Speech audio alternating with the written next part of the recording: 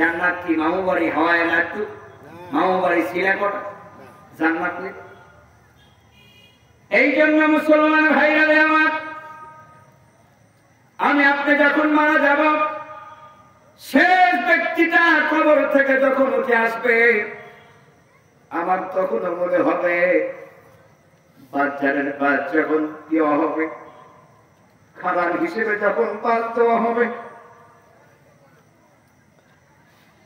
খাবার হিসেবে যখন পাত দেওয়া হবে, ওই পাশের ছিদ্র দিয়ে আমি মানুষের মুখগুলো দেখতে পারবো। আমার তখন মনে হবে আমি কবরে কাউ থাকলে তবুও খারাপের ছিদ্র দিয়ে মানুষের মুখগুলো দেখতে পাই, মানুষের মুখের ভাষাগুলো আমি শুনতে পাই।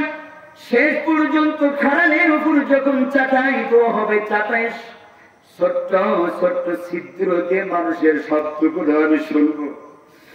আবার তখন মনে হবে মানুষ মনে হয় আমার কবরের পাশে এইরকম করে থাকবে আজীবন।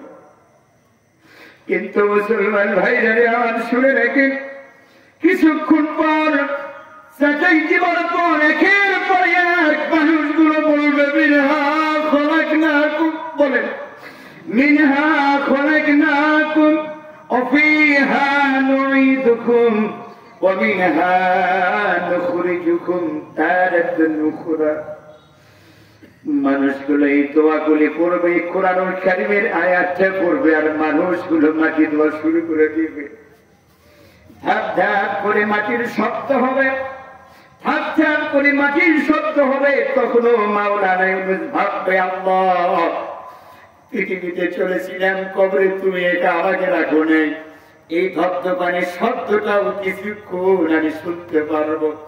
আমি তখনও মনে করব এই শব্দটা মনে হয় আজীবন শুনবো না। ও মুসলমান ভাই, এই শব্দটা কোনোদিন আর শোনা যাবে না। কিছুক্ষণ পর 20 মিনিট, 15 মিনিট, 8 মিনিট, 10 মিনিট পর বন্ধ হয়ে যাবে।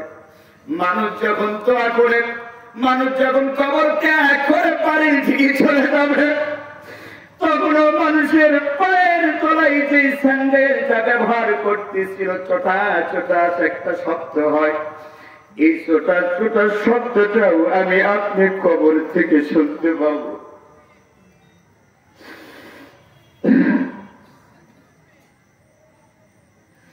এই কবর থেকে ছোটা শব্দটা, টন টন ছোটা ছোটা শব্দটা আমি আপনি শুনতে পারবো। আমি মাওলানা তখন মনে করবো, মনে হয় পৃথিবীর সমস্ত আলো বাতাস যদি আমার থেকে আলাদা হয়, কিন্তু মানুষের পায়ের শব্দ আমার থেকে আলাদা হবে না।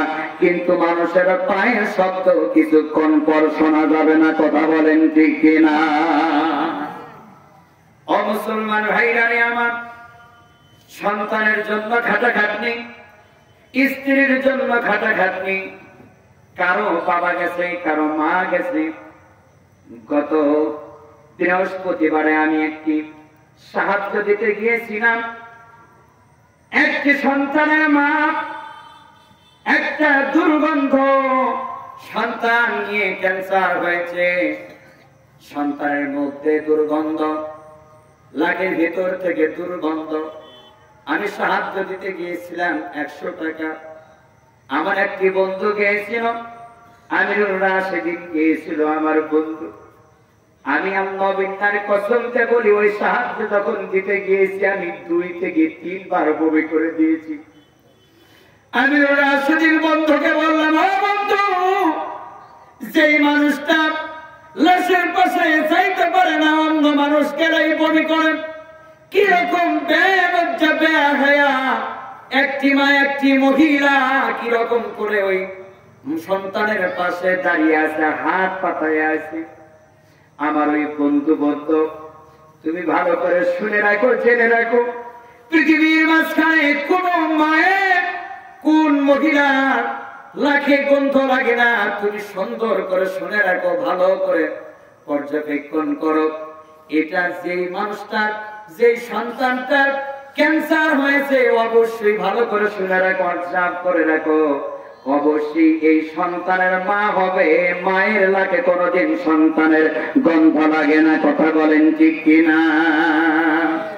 মুসলমান ভাইরারে আমার, আমি আপনাকে বুঝাইতে চাই, গত বৃহস্পতিবার দেখলাম মায়ের পোষা গন্ধ সন্তানটা নিয়ে আর কুলে যায়, গাড়িগুলো দাঁড়ায়া হঠাৎ করে গাড়িগুলো দাঁড়ায়া হুইসেল বাজায়া সন্তানগুলো সন্তানটা কুলে নিয়ে মানুষের গাড়ির সামনে দাঁড়ায়া বলে, আমারে কিছু দাও, একটু ভিক্ষা দাও, সন্তানটা ক্যান্সারে আক্রান্ত হয়েছে, একটু বাঁচাবো। মুসলমান ভাইরারে আমার, অনেকেরই মা নাই, অনেকেরই বাবা নাই, আমি তো হাত তুলে আপনার জন্য দোয়া করব। কে পারবেন মেহেরবানি করে, যে সন্তানের মা সন্তানকে তিল তিল করে বড় করে তুললো, কে পাবেন? 10 জন মানুষ আসবে, 20,000 টাকা করে নিয়ে আসবে, আমি মুসাফির মানুষ, তার জন্য দোয়া করব। মেহেরবানি করে চলে আসেন, দিয়ে দেন বুঝাই মন কেড়ে নিতে। কতক্ষণ মা বাবা দুনিয়াতে ছিল, রাতের অন্ধকারে বাড়িতে গিয়েছেন, তবুও দরজা খুলে দিয়েছে। কথা বলেন ঠিক কিনা? কে পারেন 10,000, 20,000, 15,000, 1 লক্ষ, 2 লক্ষ, 50,000, 60,000, কে কি পারেন?